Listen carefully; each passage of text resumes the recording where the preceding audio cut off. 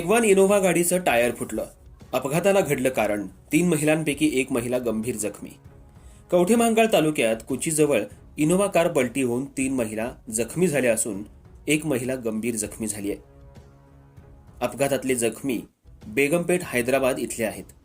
कुची गावच्या आतील SR हॉटेलजवळ रत्नागिरी ते नागपूर या नॅशनल हायवेवर वेगानं जात असलेल्या इनोव्हा गाडीचा पाठीमागचा टायर फुटल्यानं गाडी पलटी होऊन एक महिला गंभीर जखमी झाली असून जैना सिंधी मुजुमदार राहणार बेगमपेठ हैदराबाद इथली असून आणि दोघीजणी किरकोळ जखमी झाल्या आहेत.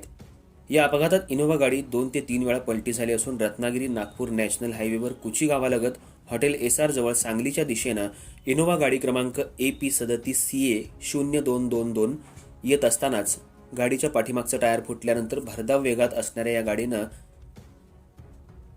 पलटी झाली. पाठीमागं बसलेल्या महिलेला गंभीर दुखापत झाली आहे. जखमींना पुढील उपचारासाठी मिरज इथं शासकीय रुग्णालयात हलवण्यात आले.